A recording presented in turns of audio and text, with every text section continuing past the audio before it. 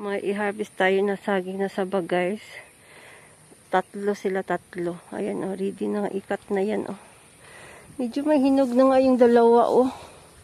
Yung sa unang, sipi. Unang sipi. Tingnan nyo, guys. Yellow na. Oh, hinog na. Ayan. Pwede na nating i-harvest. Hi, guys. Harvest tayo saging, guys. Kita ba? Kita ba yung saging? Ayan, oh. Parang hindi kita. May i-harvest tayo saging, guys. Kita, oh.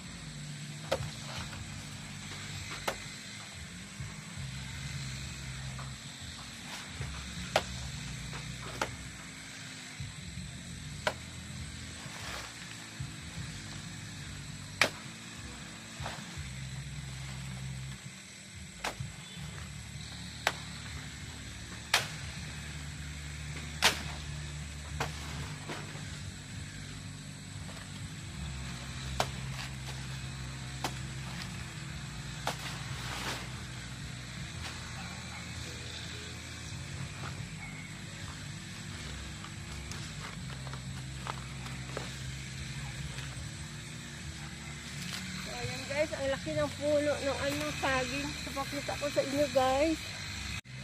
So, ito yung saging guys oh. Sobrang laki. Ayan. Malaki siya guys. Ayan. Ayan. Bali dalawa. Meron doon. Mga alanganin pa. Yung mga native doon, meron tayong 3 yata, 2. So, puntahan natin guys. Yung meron pa oh. Alanganin. So, ayan, alanganin. So, kailangan muna natin putulin yung tinaan natin ng saging.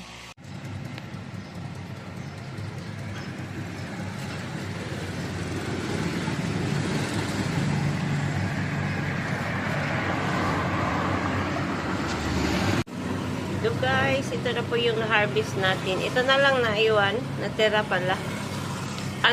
Doon pa lang sa farm may nagkuha na ng isang ganito. Tapos yung isa, binigay ko sa sister ko. So ayan, ito po yung bagong tanim namin. Pangalawang harvest na.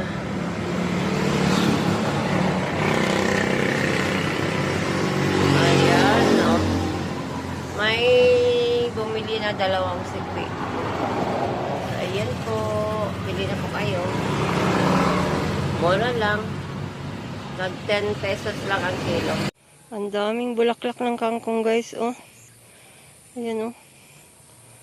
Yun. Super dami. Hanggang doon, oh. Ganda tignan. Mamaya, magkuha tayo. Dalhin natin sa bahay. Mag adobong kangkong.